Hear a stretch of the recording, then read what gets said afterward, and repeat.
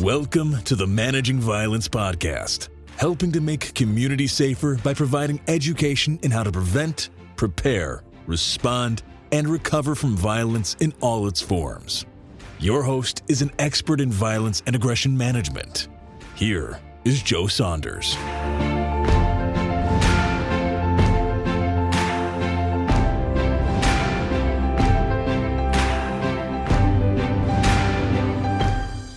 Ladies and gentlemen, welcome to another episode of the Managing Violence Podcast. Sorry about the delay. We didn't drop an episode last week. I was on tour delivering sessions on workplace violence and crisis management around the country and didn't get a chance to get into a studio to record this open. But here we are with a very requested guest and someone I've been looking forward to getting on for quite a while. Not just because he's a violence management expert, not just because he's written books about it, not just because he's an experienced bodyguard, not just because he grew up in South Africa, trained in Israel, then emigrated to Australia, not just because he has a PhD in criminology, and not just because he's a friend of mine, but he's also my boss. Gav is the CEO of Risk2 Solution, which is the company that I do all my consulting through, and for whom I am the state manager here in Victoria, Australia.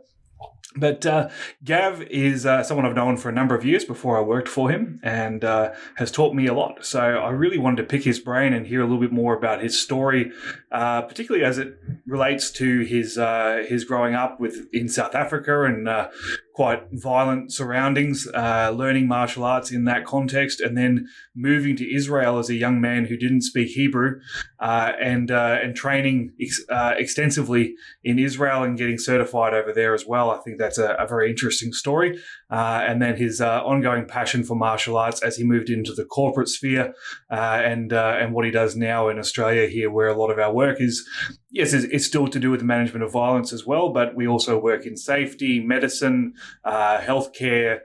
We do corporate change, we do risk culture, we do academic education, emergency management, so on and so forth. There's a lot of different arms to what we do now. So I was interested to pick Gav's brain about how all that came to be and hear a little bit about his origin story that perhaps I haven't heard quite as much.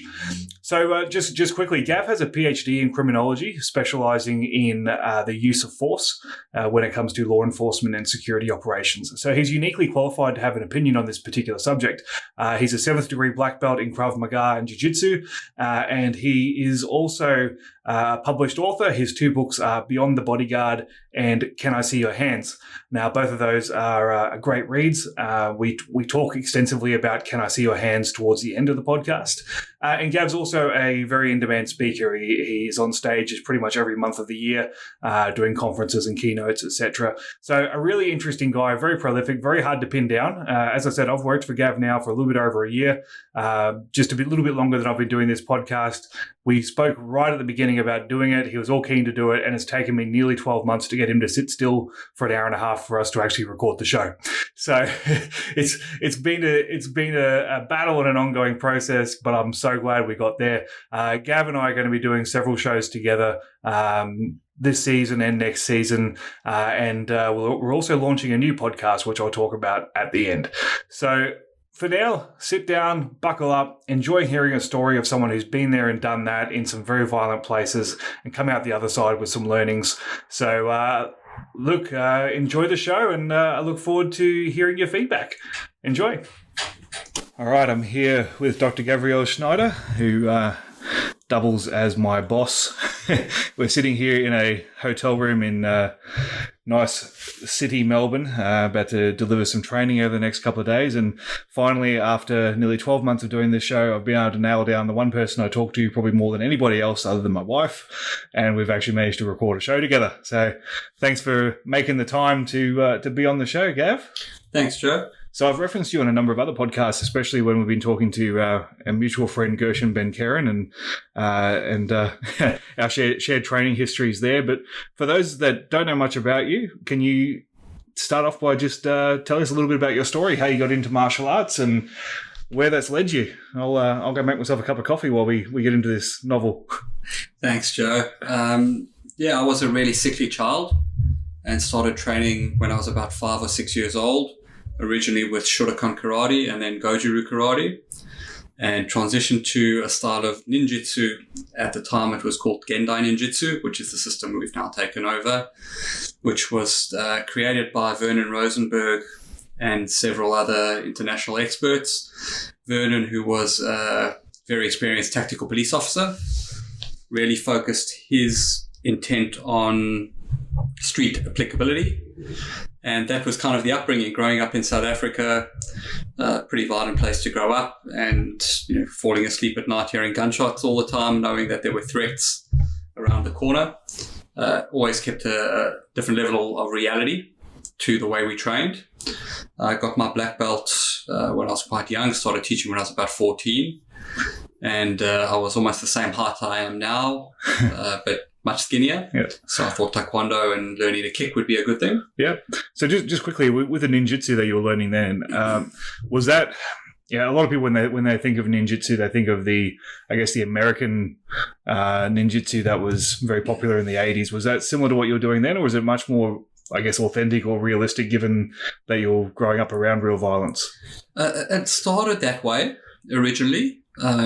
In the beginning, there were various associations that were affiliated with some of the schools out of Japan and had more of that traditional mystic kind of approach. But very quickly, the focus shifted to a practical combatives approach. Mm-hmm. So sword work disappeared and firearms came in. Mm-hmm. Horse riding disappeared and, urban survival came in. Mm-hmm. So early on, right from the beginning, we never trained on mats. We trained outside the whole time. The mat was referred to as a place in my teacher's garden where the grass had grown a bit longer.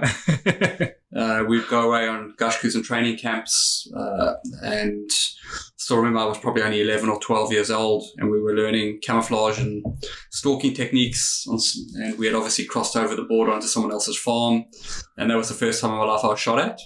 And the guy ran up with his shotgun and just started unleashing. Wow.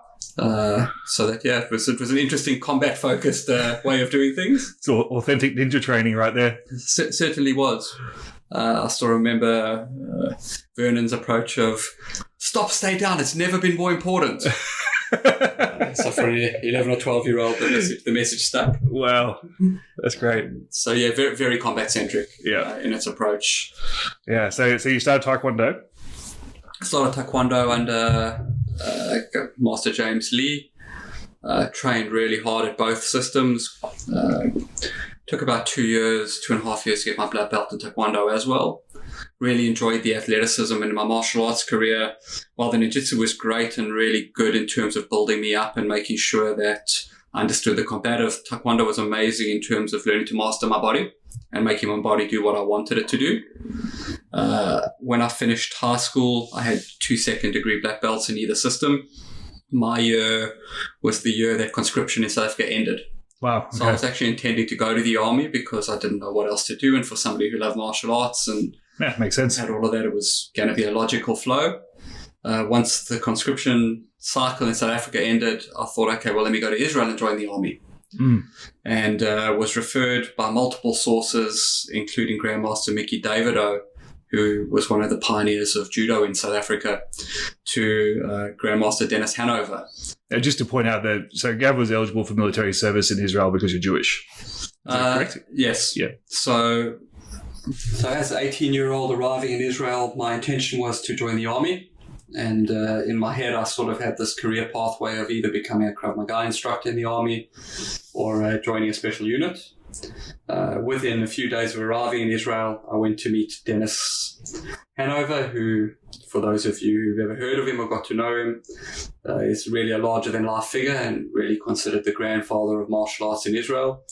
Dennis brought judo and karate to Israel in the 1960s, mm-hmm. and was really well-renowned for really introducing the martial arts integration with Krav Maga for special units. So Dennis really quickly explained to me as a youngster that the army will do what the army wants with me, mm-hmm. and why don't I just come and start training at his school and see what they do.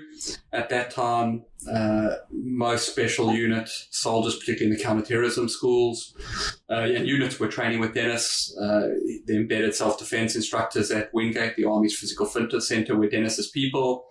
So it was a good opportunity to see what Army Krav Maga and military Krav Maga looked like. So I started training with Dennis, became a live-in student, and was training there 6 to 12 hours a day.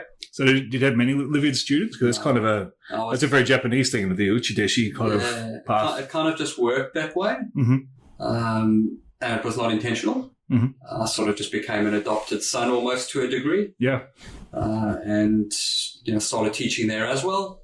And I think it was an interesting evolution for me, because from the perspective of full contact martial arts and really hard sparring and fighting, while I'd sparred a lot with ninjutsu, I'd done a lot of the full contact taekwondo. It was nothing like the system in Israel, which is in Dennis' style, they call it hisadut, which means survival.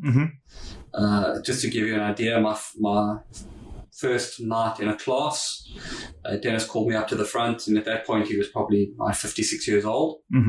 Took a stance and told me to punch him, which I did. I punched him in the stomach, and he told me to hit him again harder, which I did again, and then he just palm-heeled me in the face and broke my nose.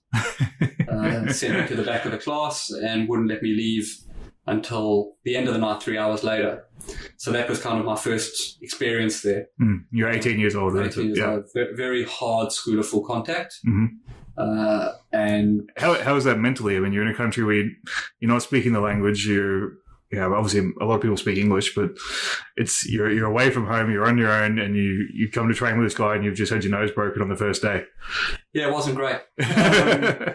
But it was one of those, Dennis as a mentor or father figure knew kind of how to push and where to push.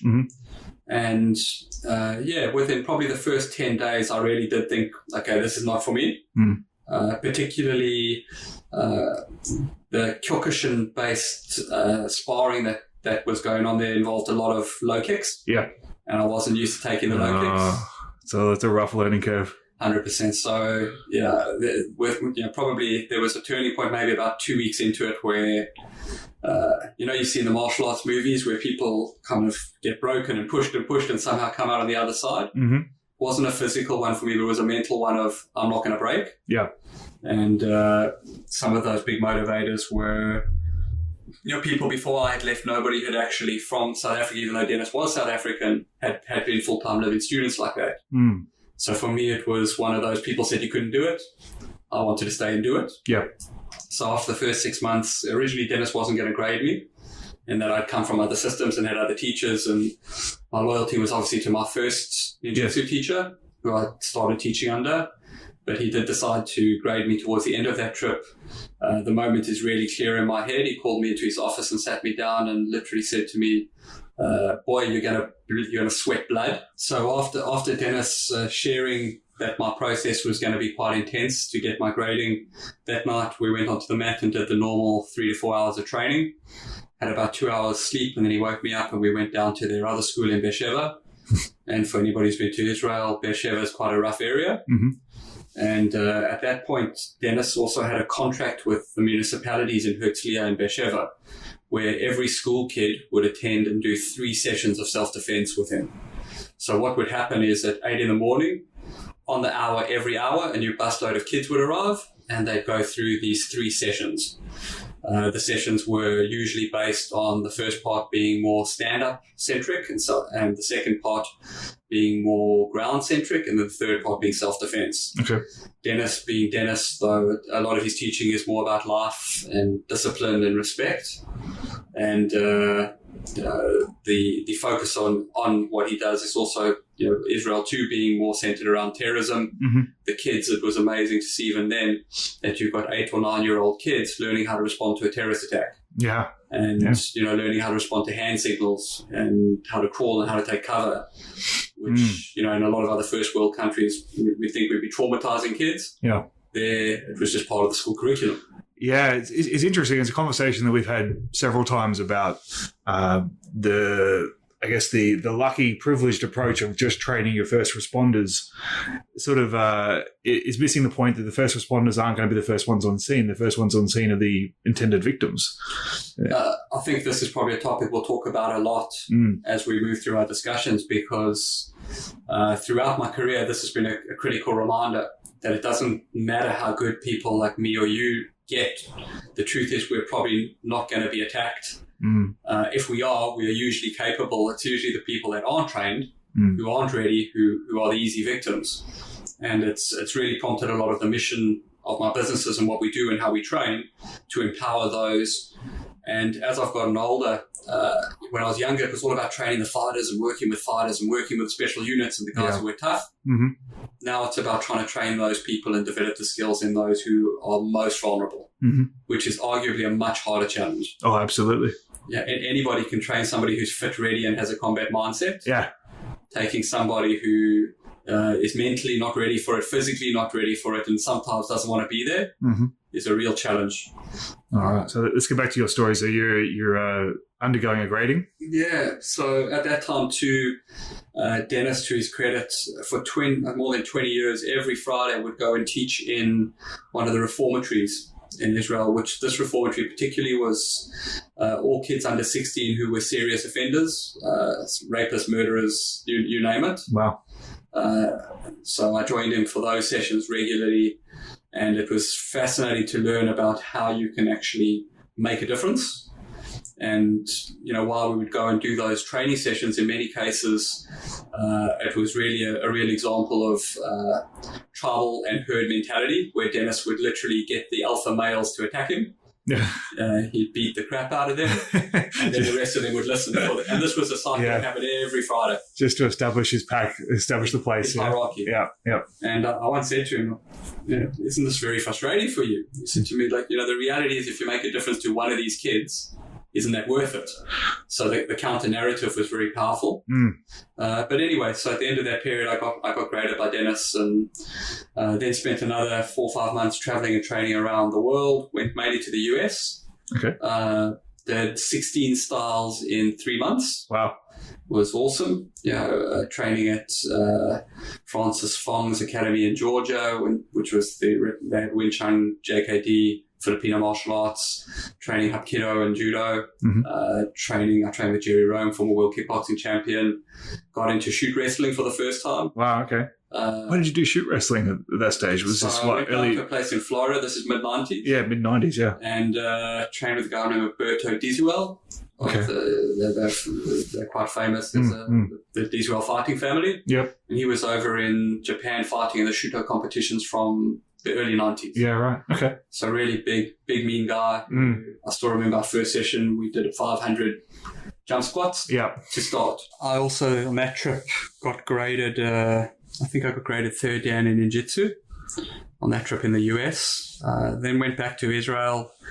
And the truth is, when I got back there, it was really, in my martial arts career, really interesting because I was really confused. Every master that I saw and every style that I trained, you get to convince yourself that what you see is the best. And, you fight somebody who's a great Greco-Roman wrestler and you go, I got to get that skill. That's amazing. Yep. And the same for every skill set.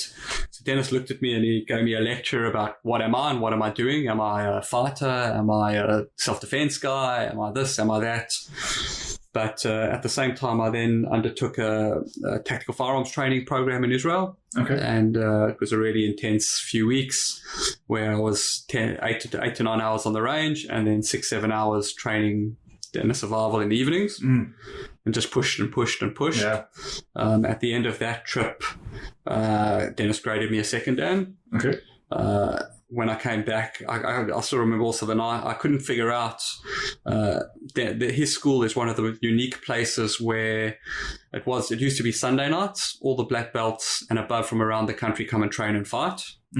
So there can be 100 first dan and up on the belt in one go, on the mat in one go. And I still remember, usually, as most experienced martial artists know, you do the rounds. Yeah. If you end up fighting one hard guy, you try and find an easy guy. Yeah. That night I had nowhere to hide and I kept getting all the good guys and they were really going hard. Couldn't figure out why, but that was my grading. Yeah. When I got back home, I didn't realize I'd actually broken ribs and a few other things. That was 3 or 4 days later. So then back in South Africa, I started studying academically, set up my school again, which I'd given up when I traveled, and got a contract training a bodyguard company. And so when you're training and you're teaching in South Africa at this point, so are you still teaching ninjutsu? Are you teaching Dennis survival or interesting thing. I actually went back. Dennis wanted me to teach and become his representative in South Africa, but I felt I still had to have loyalty back to my first teacher, which became a bit of a politically contentious issue. But went back and picked up the ninjutsu stuff. But obviously there was now a hybrid out of all these different systems. And my approach at that point, I was 19 years old, but I'd just come out of a year and a bit of only training. Yeah.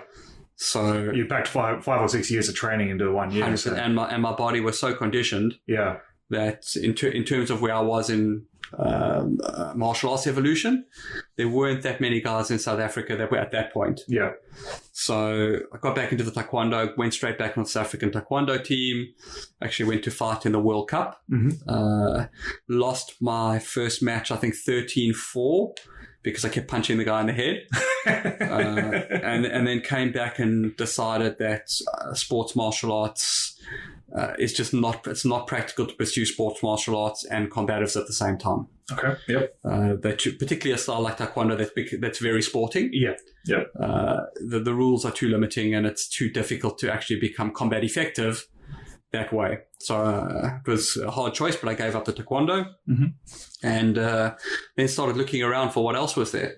So I met up with Rodney King and started training with Rodney. So Rodney King, for listeners, famous of Crazy Monkey Defense and Brazilian Jiu-Jitsu. Yes, I had a good time training with Rodney. At that point, I'd also had a few of my other students that had been training while I was away, and a few other guys like Dion Fransman, who's he's a 7th Dan now. Quite an experienced, really tough guy. We all started training together. I got a contract then with a Bodyguard company, and my initial deal was I would train them in defensive tactics, and I would then do all the close protection training. Right. So training for training, like a skill swap sort of thing. Which kind of happened for the first 6 months. Yep. And after that, I wanted to get operational, having learned all these close protection skills. So I started then working operationally, doing close protection. And at that point, also started picking up a few contracts, training other security companies, and a few police officers started coming to us to get trained. So during that period, it was really good in that Dennis would come to South Africa often. We would go to Israel at least once a year and train. And we're training regularly with Rodney and with the rest of our group. So there was quite a lot of martial arts evolution that happened. Sure, yeah, it was a melting pot for South Africa. Oh, great! And there was everybody knew that attack was possible and probable. So there was a lot of intensity behind it. In fact, you can put the picture. I'm not a huge guy. Starting to train bodyguards, I started doing that at 19. Yeah. Most of them had done extensive military service. A lot of them were special forces operators. Yeah. I fought almost every session. I had some guy try and have a go. Yeah. You're a 19-year-old kid. And eventually it just got to the point where I'd find who it was. I'd call them to the front of the class, wait for them to take a punch, do a duck under, go behind, choke them out. Yeah. And then the rest of the class would run smoothly. That almost became a norm just in terms of getting things going. Eventually I got a reputation. At that stage, also my nose was really skew from getting broken so badly. I need to upload some of the photos. There's I have seen a photo of your nose being closer to your ear than your middle of your face. Different angles. But it was good. So I started getting a reputation with that. With unarmed combat, really good. Finished studying my first qualification. And went back to Israel, lived and trained for a little bit longer. Actually broke my shoulder training, and it was a bit of a stumbling block for me. So did a training trip to the US, busted up my shoulder. Just before the trip, I'd actually done another 6-week intense bodyguard training course as a student, which was also really interesting. It was modeled on a really hardcore selection process. Yep. And, our completion process was a 48-hour no sleep period. Right. Which was quite interesting, still being operational. Where I actually met Mac, who became my business partner. We were students on the program. then went to Israel, broke the shoulder, recovered, went to the US, did another training trip, trained with a whole bunch of guys there again, trained at the Abakir Fight School, which really famous also for Shuto and Greco-Roman, a lot of Filipino stuff. Came back to South Africa and started working full-time in the close protection world. And probably worked for about a year full-time as a close protector stroke doing defensive tactics training on the side. I also transitioned. My first qualification was a graduate diploma in marketing and management. I upgraded that into a Bachelor of Business Administration and Security Risk. And when I finished that second upgrade on the study side of it, decided to set up my first business. And as these things happen, we'll probably talk about it on the business side. My first business lasted 3 months, was a failure. It's better to have a 3-month failure than a 3-year failure. Yeah, absolutely. Which then led to me sitting down with Mac McGuire, and we set up Dynamic Alternatives in 2000. Which still exists today, just in a different form. On the martial arts and combative side, things started moving really quickly. Once we set up Dynamic Alternatives, we got contracts with some of the special units. It was a very interesting time also in South Africa because there was a real excess of skill sets from the agencies. So people who were serious about protection came to the private sector, not the government sector. So we were picking up presidential protection contracts. We were picking up ministerial protection contracts. We were picking up training contracts. For some of the special units, which was really good. Kept training through the whole process and kept grading as we kind of went. At that point, some of my students were starting to get really good. It was probably before that. I think it was 99 or 2000. Went to fight, decided it was time to compete again, and decided to go fight in the Dennis Survival Championship. Won my black belt division, which was great. So I became a black belt full contact champion there in the middleweight division. And that was also, probably it was quite a bit before MMA really became popular, but it was pretty much MMA rules. Came back and really started focusing on our business. And probably, I think it was also probably 98, around 1988, my stepfather was killed in an attempted carjacking. And it's one of the points I mentioned in the book. For me, it was a real fundamental turning point. It was almost a shift from the selfish to focusing on how good could I be to how well can we educate others. And I've heard you make this point several times when I've heard you speak that it's you can have all the skills in the world, but you're not the one that's there. And if the people you love don't have the ability to protect themselves, then what good was it for you to have the skills? That's exactly right, Joe. And that night, I hope people never experience something like that. But it was a Sunday night. I'd gone to sleep. I had my close protection go bag, which had my firearm and all my kit in it. Got a phone call from my mother, who was on the way to the hospital, saying my stepfather had been shot in the head. They were on the way to the hospital. Rushed to the scene. As I pulled up there were 2 guys in the car. And I drew my firearm, had my finger on the trigger, was about to shoot them. And it turned out they were 2 cops. They were actually stealing from the car. But they were still 2 cops. Went back to the hospital. There's nothing you can do. Somebody shot in the head, literally straight through the forehead. He passed away shortly thereafter. And it was a real excuse to punt trigger point. And it's probably prompted a lot of what my businesses and our martial arts focus has been, and probably has been the birth of the idea of resilience. How much can we do before? Because when these things happen, it's too late. And when people live with that idea of it'll be all right, we'll deal with it if something happens, sometimes it's not all right and you can't rewind the clock. It's one of those classical martial arts or self-defense tropes that gets trotted out of, do you have to wait for the guy to hit you first? Well, it's a really terrible strategy because that one hit might kill you. I've even seen, even just the other day, I saw a video of a police shooting in Penrith where someone actually questioned why the officers opened fire on the guy with the shotgun because he hadn't shot at them yet. And it's like, well, you got to stand in front of the guy with the shotgun and wait to get shot before you shoot back? The idea of acting after there's a problem is flawed, because if it's a really bad problem, you won't get a chance to act afterwards. Absolutely, and it's a real challenge because there's a fine balance, as you well know from your risk education. We use that term dynamic risk equilibrium, that shift between risk seeking and risk aversity. And, you act too soon. There was a case in Israel. A security guard saw a suspicious guy, didn't know what it was, and gut instinct drew his firearm, shot him in the head and killed him. Yeah, wow. And it turned out this guy was a suicide bomber and had a vest on. Wow. And he got the Medal of Honor and he was a big hero. But big call. Big call. So it's not easy to make those calls. And I think this is where the need to focus on integrated combat skills that are not physical only, that focus on vigilance, mental control, mindfulness, the ability to really understand what's happening around you. While there's no doubt those were the essence of warriorhood, maybe in the samurai era. Yeah. In the modern era, it's really hard to apply those in a meaningful way. Yeah, well, good self-defense shouldn't put you in jail. Putting yourself around violent criminals isn't good self-defense, so you need to have that decision-making ability. And particularly for our sheepdogs, as you know, I did my PhD looking at use of force best practice, and was fortunate. I'll loop back on some of the amazing people I got to interview during that process. Because if we know what best practice is and we know how to train people to make the right decisions under pressure, why do we get it wrong so often? Yeah. And a lot of the fundamentals of why we get it wrong, I believe, come down to things like laziness.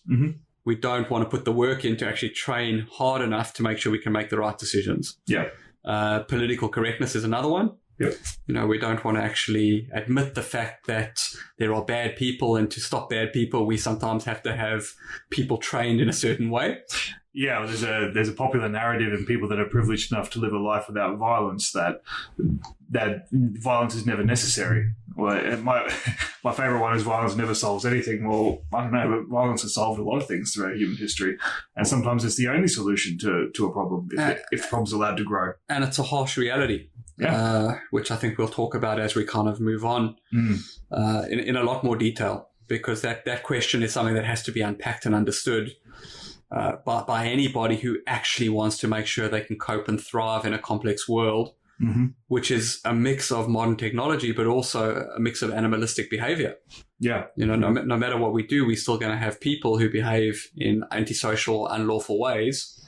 And you described it earlier. The first responders are usually not there. That's why bad stuff happens anyway. Yeah. So the real first responders are those first people on scene. Yeah. And it's a mission. It transcends style, it transcends lineage, it transcends any allegiance, that the sheepdogs and the warriors who are now at the point where they can pass their knowledge back on to others, we actually have a moral responsibility in the modern age to do this in a way that I don't think has actually been relevant historically, because historically the warriors were respected and understood because danger was imminent. In a world where danger might be a cyber attack, or danger might be a biological attack, you can't touch it and feel it till it's too late. Yeah. So it's harder to aspire to warrior attributes and appreciate them. Yeah, absolutely. And look, I think historically too, if an attack on the village was thwarted, you still knew it happened. Like you knew, like you could tell there was damage, there was dead bodies laying around, like there was fire, there was something to wake up to go, wow, our warriors protected us. Whereas now, when real threats are circumvented by our authorities, you don't hear about it, you don't see it. It's only if it got to a really late stage that the media might even get wind of it and report it. So because of that, most people that live day-to-day lives don't have any reference point for how close danger might be. And I think the point you're about to get to is that in the absence of a real threat, we see the sheepdogs as the threat. And, as you know, Dave Grossman wrote the foreword for my book. When I was doing my PhD research, we were introduced to each other, and I went over and saw the way he runs his sheepdog seminars in the US. And it's inspiring to see the way he focuses on the sheepdogs. And, we have a big challenge because we need to keep our sheepdogs at the highest possible level of capability, but we will never have enough sheepdogs, nor are sheepdogs respected in the modern age the way they probably should be based on their importance. Yeah. And I think there's a lot of variables we'll talk about around some of the impacting factors on violence and behavior, some of the things we mentioned in the book. Sure. And in our training. Yeah. And it was an interesting journey even from our business, where we started off training bodyguards, training specialists, training sheepdogs. And more, we had a big contract with a bank, and we trained 24,000 people for them, which really shifted the focus of our business less on the sheepdogs and more onto how do we make sheep think and act like sheep. How do we weaponize a sheep? Well, to a degree, that's where it is. Yeah. But the problem is you can only weaponize somebody who's happy to carry the weapon. That's right. You need to make them sheepdogs. So there's the process of conversion, which is actually getting them to realize that everybody has this innate sheepdog capability. It's not wrong to release it for the right reason. Yeah. Whereas in a politically correct, socially complex world, it's confusing. Yeah. And in most first world countries where the people who are the most obstructive and judgmental are usually the ones who never have to deal with the drama. Yeah, exactly. Or the challenges or the threats. So it's easy to be an armchair commentator. And we see this all the time. The people who are experts in MMA are the guys who sit on the couch and watch UFC. Yeah, the guys in the pub. Absolutely. Yeah, on their third bowl of nachos. Absolutely. Never been punched in the face and, never had to sweat a bit. Yeah. So why doesn't he just get up? Yeah. So, it's been a journey. Mm-hmm. I think to where I am now, where I guess a few years ago I got given my seventh Dan by Ron Hanover, Dennis's son, and took over the Gendai system from my first teacher, Vernon. Mm-hmm. But my contribution to it was moving it away from the ninjutsu system that was previously underpinning it and merging it more into the combatives Krav Maga jiujitsu approach, which we teach today, which is really this mix of combatives and martial arts as a hybrid. Yeah. And you would have spoken about these things probably with Gershon and with Ron and other people you've spoken to around how teaching self-defense without martial arts never produces a good fighter. Yeah. And you actually have to have the balance of two to produce really rounded, competent, capable practitioners. Yeah, absolutely. Which is a journey in its own right. Yeah. There's a lot to that piece, and it was one of the things that drew me to Gendai was that I like the elements of martial arts that are part of it, but it still has that cutting edge of reality of there's no point training things that don't actually work, but we've got to train them in a way that's alive and has realistic resistance and that's based on reality with scenarios and verbal and using protective gear to be able to reenact proper scenarios and having multiple attackers and utilizing a full range of weapons and improvised weapons and so on. I think but doing that within the framework of a martial art where there's continual development available. It's not, just get to your end of your level 5 and that's the end of it. And it's really valid because, as you well know, the fundamental frustration with any combative skill is that it's perishable. Yeah, absolutely. So you don't use it, you don't practice it, and your capability fades. Mm-hmm. So I even look at myself, I still am able to train and teach and run my schools, but my personal level of training compared to when I was in my 20s, where I would train 3 hours myself and the focus was on my selfish development. Yeah. From a martial arts performance perspective, I'm nowhere near as sharp or polished I was in my 20s. From a coaching and teaching and translation perspective, I continue to evolve and grow. Yeah. So, there's also a process of maturity for, our experts and sheepdogs as they move along the paradigm. I think one of the mistakes we often make with the martial arts evolution is there's almost a few categories people fall into. They become sportsmen, and everything's about the sport and about winning. Yep. They become artists. Everything is about the form. How pretty can we make it? Mm-hmm. They become athletes, which, is how hard can I push myself? Yep. As opposed to how effective is my technique or how good am I doing X, Y, or Z. Mm-hmm. They become self-defense practitioners, which unfortunately most self-defense practitioners don't merge the others. Yeah. So it's easy to be an armchair expert when people are cooperating and, I don't have to be that fit if nobody's trying to hurt me. The one piece that I think is missing there is the teacher. And we often don't grow students with the mindset of them becoming teachers. And we lose a lot. I looked in the beginning, my goal is setting a black belt standard. And I refused to take on any of the black belt standards I saw in other systems because I felt the black belt for me was a few things. One, you should know that no matter what you would face in the street couldn't be worse than the grading you went through. Yeah. So it's a turning point where you've pushed yourself past the point of where you thought you could go. So that was the first check for me. Mm-hmm. And many systems do that, Kyokushin Karate and a few others. But the other check for me was also, it's about a brotherhood. Mm-hmm.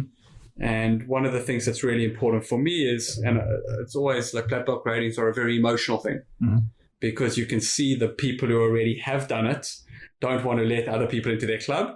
Yep. But somewhere along the grading, they change and they start supporting the person because they see the spirit and the... Yeah. So those things for me are important. But part of the challenge we had before is I think our standard was too high. Because out of training thousands and thousands of people, we didn't have that many black belts. Yeah. So just quickly, I know you've told me before, but what were the old standards? How did you start off? The old standard always started with a 5-kilometer run, 500 push-ups, 500 sit-ups, 500 squats, timed. And that was the start.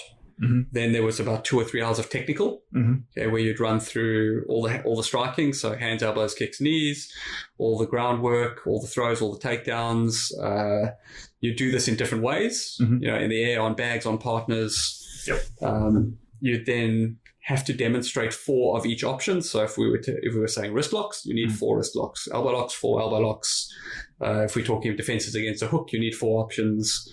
So a very technically well-rounded structure there. Then the weapon systems. So you had to be firearm competent, first aid trained, long stick, batons, knife. In countries where it was legal, pepper spray. All the guys who had black belts had to get pepper sprayed along the way, which, in countries where it's illegal to do that, like Australia, we don't obviously do that anymore. we just ship them overseas and pepper spray them when they arrive. Which for me comes back to the warrior concept, right? Is if you're going to deploy a weapon system, but you don't even know what it feels like and how it works. Yeah. Obviously, there's paradigms to that. You don't have to get shot to know how firearm works. Yeah. But because of the when you use these sprays, there's almost always blowback. Yeah. So if we're not actually training people how to manage that blowback, there's a false sense of security.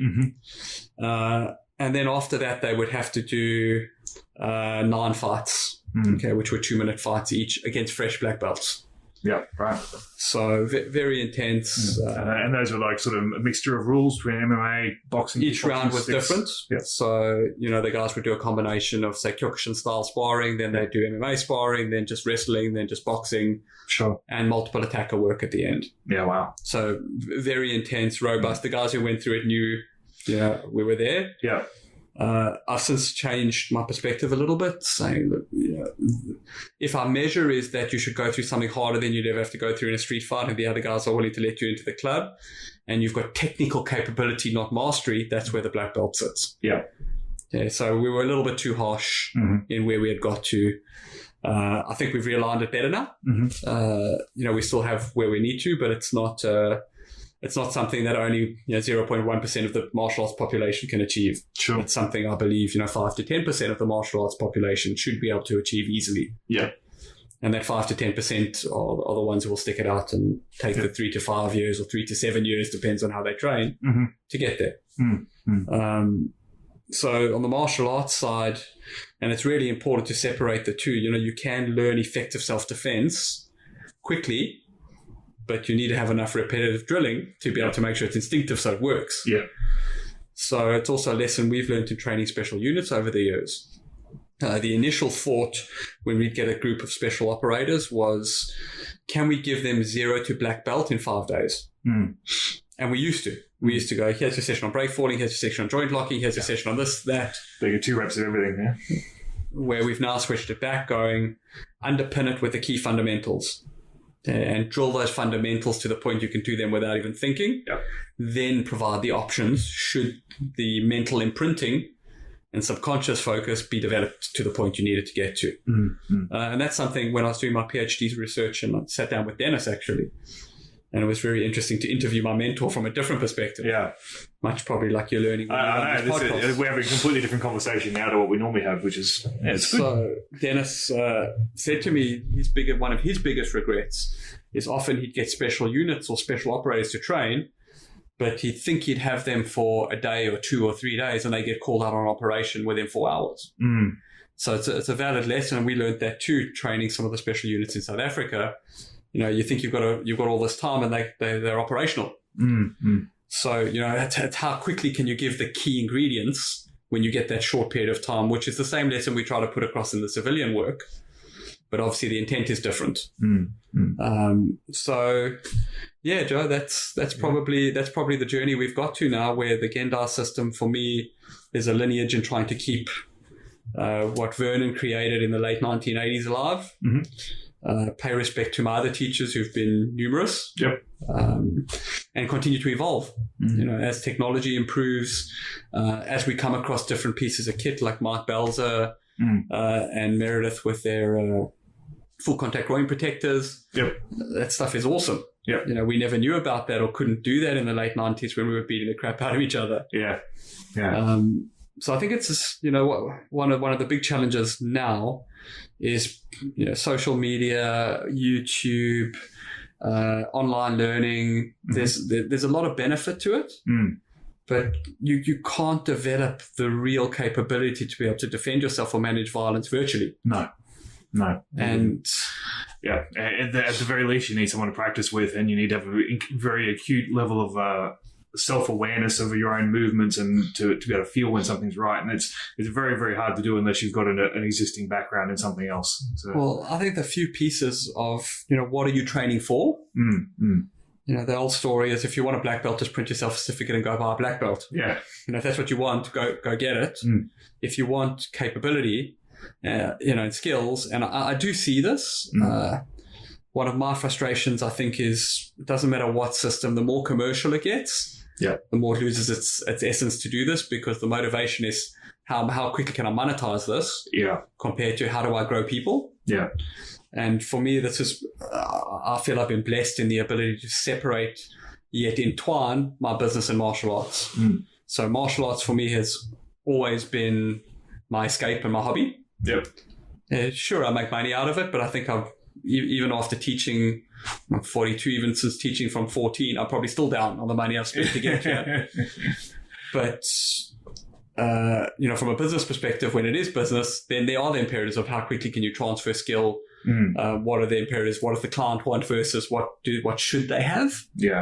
But I think, when you look at an ongoing process where people come and train with you maybe 2-3 nights a week, it has to be a journey. So just for context, you mentioned your own training a few times. Just to give people a perspective of what your schedule looks like. So how many days a week do you normally get to train martial arts? So I weave martial arts into all my training. So my problem is I very rarely get to train myself now.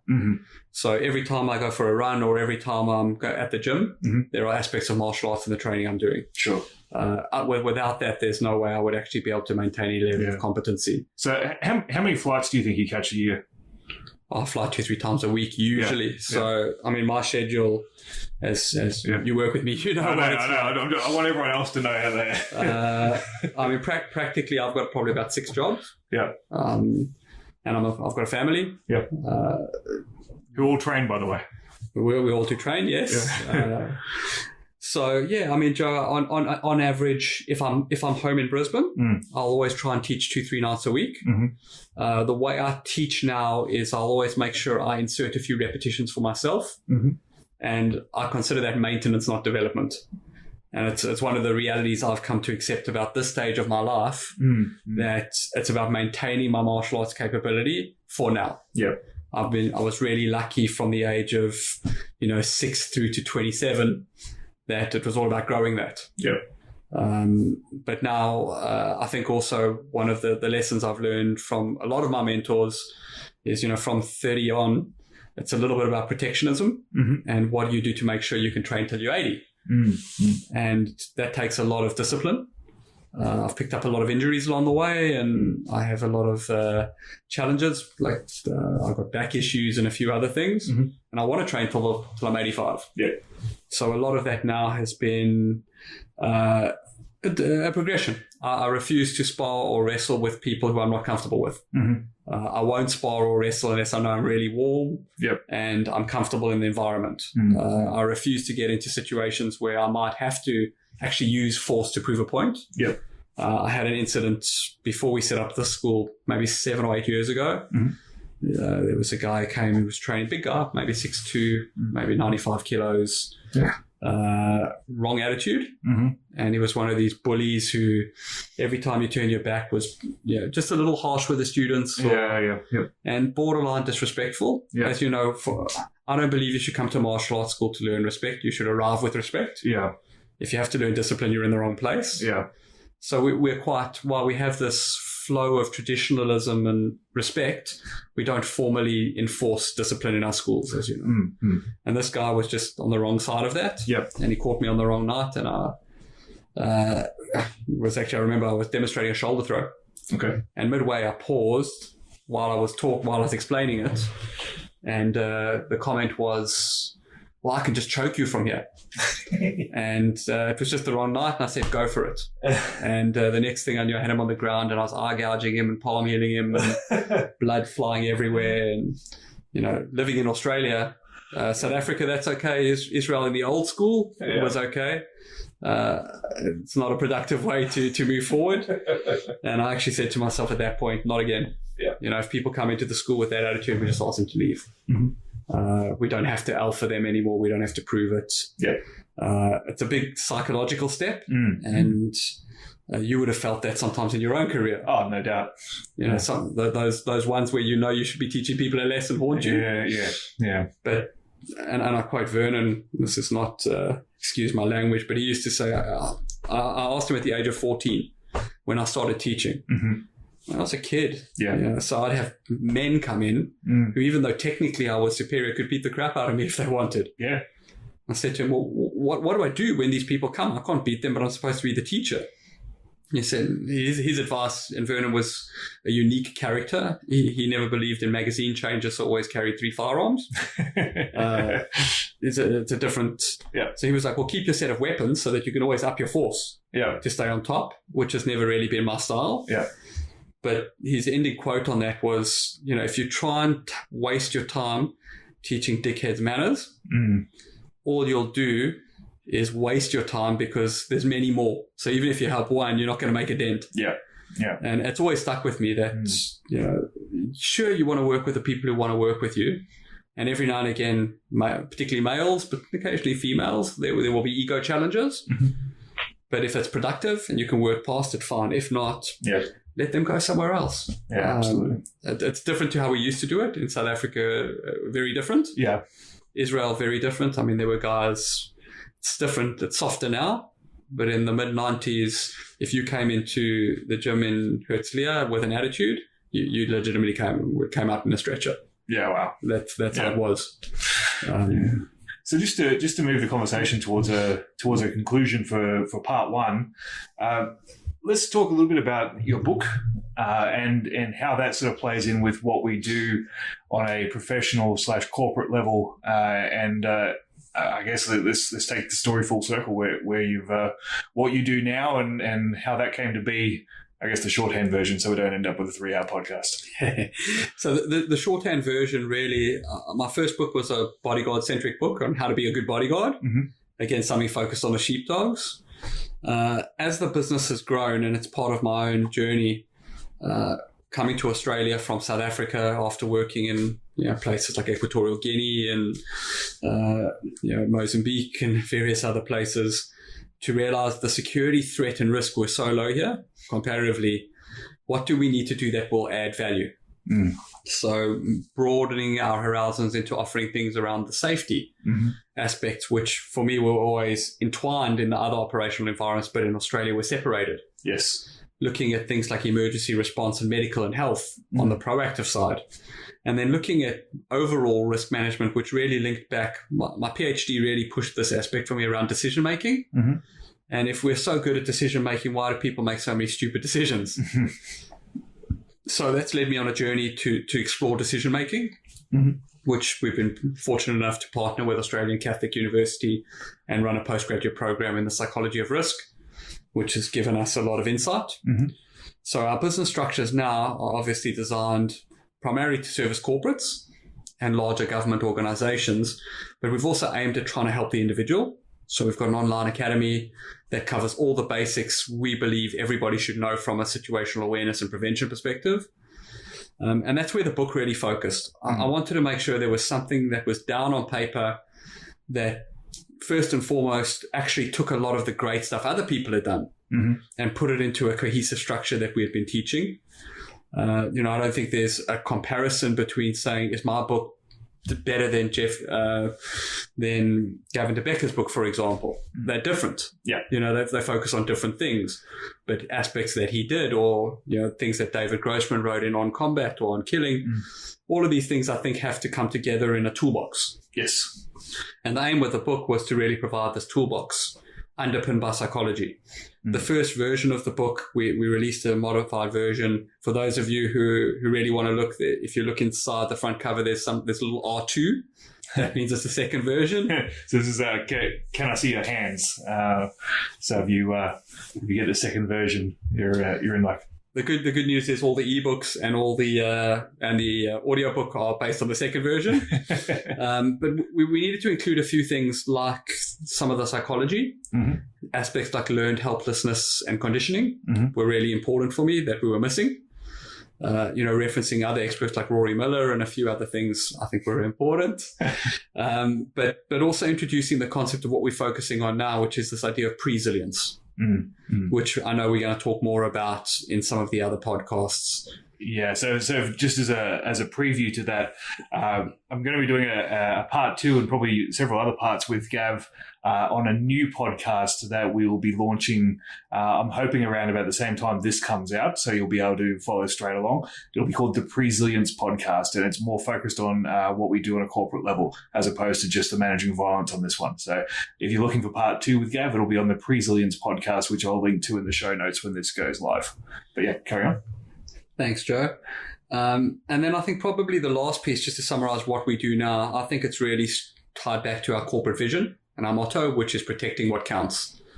And, I think a lot of times there's corporate slogans or mantras that don't have meaning, but I believe for the people like you who work with us, you work with us because you believe in the idea of protecting what counts. And all of our businesses have now expanded along that theme, where we can use technology to help protect what counts, be it for an individual, a family, or a company.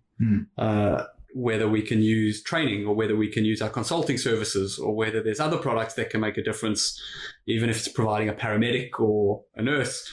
That's really hinging around this idea of protecting what counts for whoever is vulnerable. And that probably underpins the nature of what our businesses do.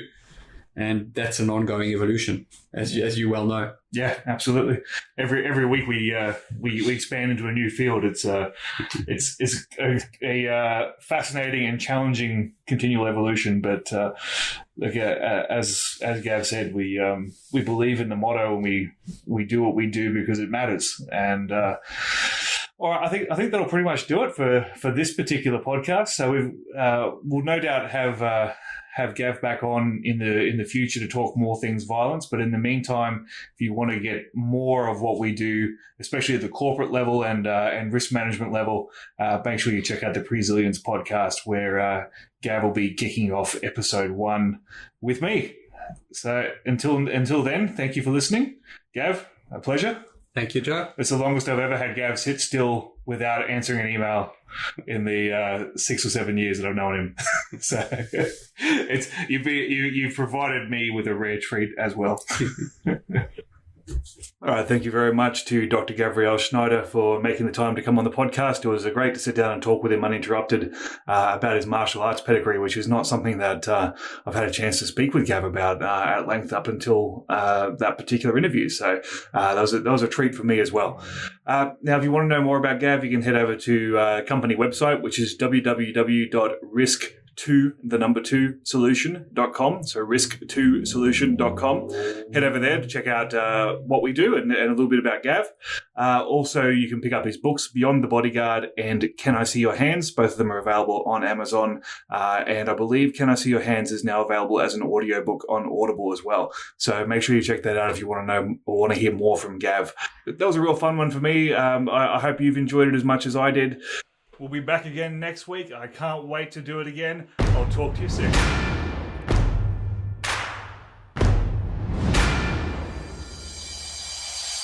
Thank you for listening to this episode of the Managing Violence podcast. For more information or to listen to previous episodes, please check out www.joesaunders.com.au or visit us on YouTube, Facebook, LinkedIn, and Instagram. Don't forget to rate and subscribe so you never miss a show.